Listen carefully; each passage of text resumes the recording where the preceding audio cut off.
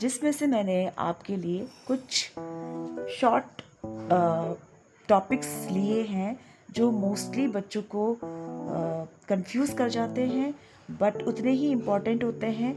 मैं समझती हूँ ये चैप्टर के कीवर्ड्स है। अगर आपको ये कीवर्ड्स जो है समझ में आ गए, क्लिक कर गए, तो नेचुरली आप इसको बहुत अच्छे से हेल्प ले सकते हैं। इसकी ये पूरे टॉपिक पे जाके बहुत कंफ्यूज होते हैं। जो आता है आपका चैप्टर शुरू होते ही point number 2, the background, sacrifices and debates. ठीक है, तो ये जो डिबेट्स है इसमें ना उसमें एक पॉइंट आता है आपका 2.1 जो आपका सैक्रिफिशियल ट्रेडिशन है।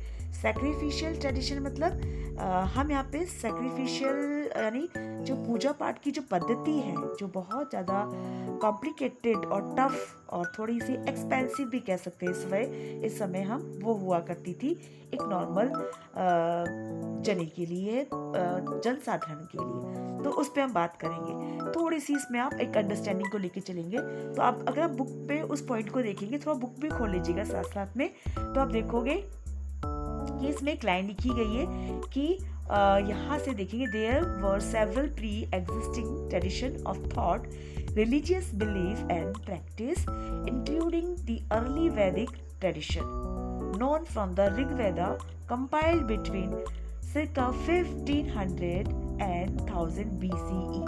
ठीक है, तो यही जो चीज़ें मैंने यहाँ से पिक किया आपके लिए, थोड़ा आपके लिए आसान करने के लिए। तो आप देखिए यहाँ पे जो आपको इमेज में दिख रहा है द वैदिक ट्रेडिशन दिख रहा है। ठीक है, तो वैदिक ट्रेडिशन के बाद we move forward the Upanishadic debate, और उसी के बाद आता है इस चैप्टर का बिगिनिंग, वो है न्यू थिंकर्स।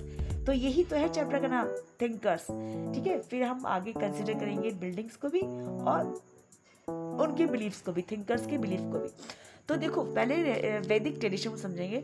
तो वैदिक ट्रेडिशन क्या है? बेसिकली वैदिक ट्रेडिशन में आप देख लोगे कि जो ऋग्वेदा चांट्स हैं जो कि रिचुअल्स, ये जो पूजा पाठ की पद्धति इनको लेबरेट करते हैं और फोकस करते हैं उनके एक्सटर्नल सेक्रीफाइसेस पे। जैसे एग्जाम्पल दे रखे आप, क्या देखोगे एग्जाम्पल के नाम में? कौन से सेक्रीफाइसेस के एग्जाम्पल दे पाएंगे?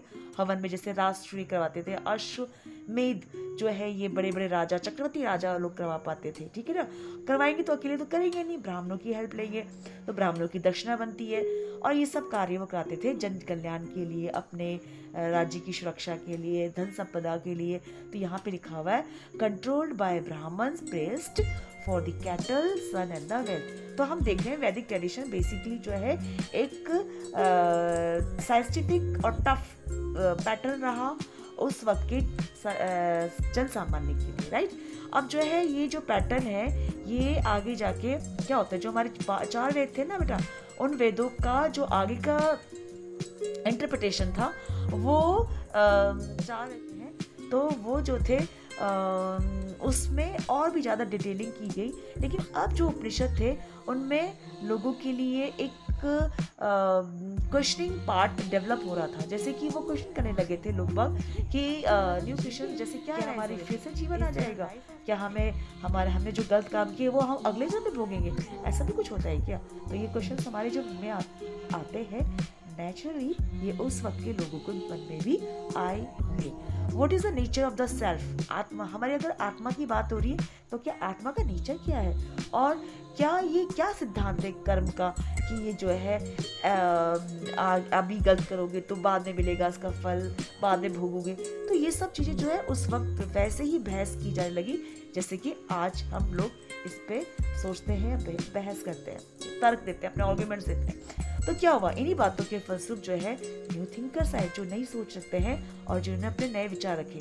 तो ये पूरे वर्ल्ड वाइड न्यू थिंकर्स थे। ऐसा ही नहीं कि हमारे भारत में थिंकर्स हैं, जैसे कि महात्मा बुद्ध और महावीर हमारे ग्रेट थिंकर्स है तो वर्ल्ड में कहीं हुए ही नहीं। ना ना ना ना ना, ऐसा नहीं है। आप देखोगे अपनी बुक में कि यू विल फाइंड कि मैंने आपको बताया भी था कि ऐसे ही थिंकर्स जो हैं वो, जैसे कि आप ईरान में जोरास्त्र हैं और कॉन्ग जी हैं यहाँ पे चाइना में, सॉक्रेट्स, प्लेटो और एरिस्टोटल है ग्रीस में। तो ये लोग बिल्कुल कंटेम्प्रेरी देखे गए हैं महावीर और महात्मा बुद्ध के टाइम पीरियड में। ठीक है, तो थोड़ा सा और भी जान लेते हैं हम इनके बारे में कि अगर हम इन तीनों का कंपेयर करें जो हमने अभी जिसको लेके चले हैं, वैदिक ट्रेडिशन, और जैनिज्म को देखें और बुद्धिज़्म को देखें, क्योंकि जो वैदिक देखते हुए जो नए ट्रेडिशन डेवलप हुए थे जनसाधारण की उनकी हेल्प के लिए, उनको भी भगवान से कनेक्टिविटी देने के लिए, वो जैनिज्म थे और बुद्धिज़्म थे।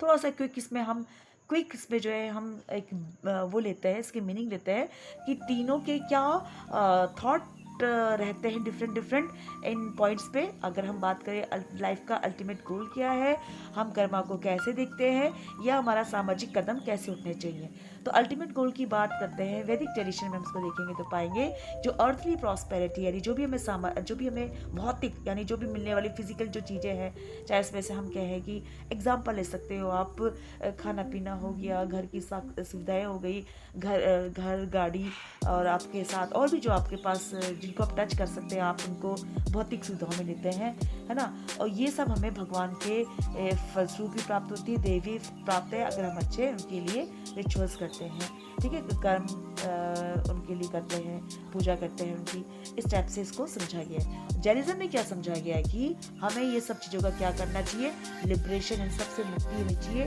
हम कैसे करेंगे इनकी मुक्ति? Through the extreme realization and the 5 was के हम सबको त्याग दें, इस टाइप के जो है, यानी हम कठोर तप करें, ब्रह्मचार्य का पालन करें, हम अहिंसा रखें, इस प्रकार से। और गौतम बुद्ध कहते थे कि हमें क्या करना है, निभाना, यानी सारे ईगोस को, डिजायर को त्याग दो, बिछोड़ दो, ये कह रखा है। और केवल संसार में मिडिल पाथ अपनाओ, ना बहुत ज़्यादा एक्सट्रीम आप किसी चीज़ को चाह रखो, ना ही उसके बिना अगर काम नहीं चल रहा तो उसको प्राप्त करने की कोशिश ना करो, मतलब मिडिल बीच का बैलेंस वाला रास्ता रखो।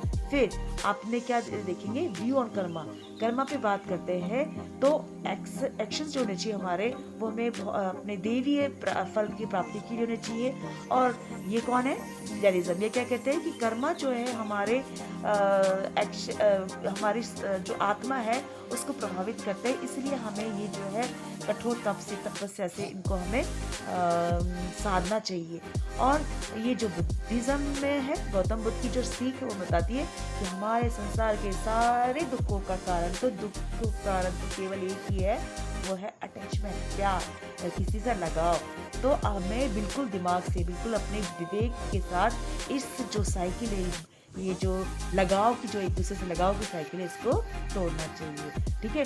और हमारा सोशल स्टाइल्स क्या रहना चाहिए, ये कहते हैं कि हमें रिलाई करना चाहिए जो ब्राह्मण लेग जो हमारी हायरार्की है, जैसे कि जिसमें मैंने आपको बताया कई बार क्लास में, ब्राह्मण हो गए, क्षत्रिय हो गए, वैश्य हो गए, शूद्र हो गए, इस प्लानिंग से भी चलना चाहिए।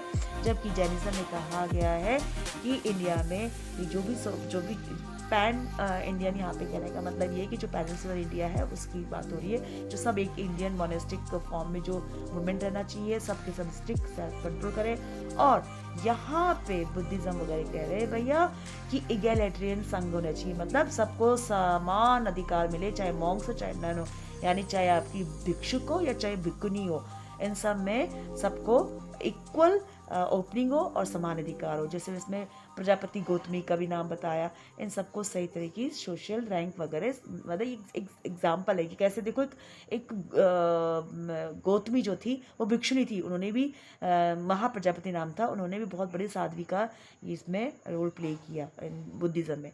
अब जो है हम थोड़ा सा बिल्डिंग की बात करते हैं, जो सबसे इम्पोर्टेंट और इंटरेस्टिंग पार्ट है चैप्टर का, अट्रैक्शन पॉइंट भी है, इंटरेस्टिंग पार्ट भी है, स्कोपेबल भी है और पूछा जाता भी है, और आपको आना भी चाहिए। जैसे कि हम स्ट्रक्चर देख रहे हैं, ये बुक में इतना क्लियर कट स्ट्रक्चर नहीं है जो आपके सामने यहाँ है। यहाँ पे आप क्या देखेंगे कि एक गोलाकार आकार है जो सेमी सर्कल शेप में है। यहाँ पे पृथ्वी को आधे रूप में दिखा रखा है कि पृथ्वी को हमारे जो है अर्थ से यानी हम अपने प्रारूप को समझेंगे कि भगवान के घर को हम कहाँ बनाएंगे, पृथ्वी से बहुत ऊपर उसमें स्थान देंगे। तो यहाँ पे पृथ्वी के आधे स्वरूप को दिखा रखा है अंडे के फॉर्म में, और उसके ऊपर हर्निका का शेप दिखा रखा है। स्क्रीन पे आप पढ़ते भी जाएंगे। हर्निका जो है square shape balcony like structure है, जिसको वो भगवान का अबोर्ड यानी भगवान का घर कहा गया है। इसी के ऊपर पिलर लाइक स्ट्रक्चर देखेंगे, इट विल कॉल यशस्ती। यशस्ती जो है वो हर्मिका के ऊपर है और इस यशस्ती के ऊपर कुछ छतरी बनी है। ये छतरी सिंबलाइज करती है रॉयल्टी को और प्रोटेक्शन को। फिर हम जाते हैं तोरना की ओर। तोरना बेसिकली गेटवेज होते हैं। कैसे गेटवेज होते हैं? ऐसे आम गेटवे नहीं होते, बहुत सुंदर कार्व्ड डिजाइनिंग किए हुए, स्टोरीज से लिखे हुए, फुल डेकोरेटेड आपके ये तोरण होते हैं। और जो वर्शिपर्स होते हैं यहाँ से एंट्री लेते हैं ईस्टर्न गेटवे से और क्लॉकवाइज जो है इसमें प्रदक्षिणा यानी परिक्रमा करते हैं। जो परिक्रमा करते हैं वो अंदर की जो वॉल दिख रही है उसके ऊपर जो आपको एरिया दिख रहा है चलने का, वहाँ करते हैं, ठीक है। और जो बाहर की बाउंड्री वॉल दिख रही है जिसपे 4 गेट बने हुए हैं उसको कहा जाता है वेदिका। क्या कहा जाएगा? वेदिका। ये वेदिका जो है ये जो सेक्रेड यानी जो पवित्र स्थान है, इस स्थान को बाहर के सेक्युलर यानी जो बाहर का धर्म, बाहर का जो स्थान है हमारा सांसारिक धर्म, बाहर का जो स्थान है हमारा सांसारिक, आगे का पोर्शन में नेक्स्ट वीडियो में डालती हूँ। Thank you so much.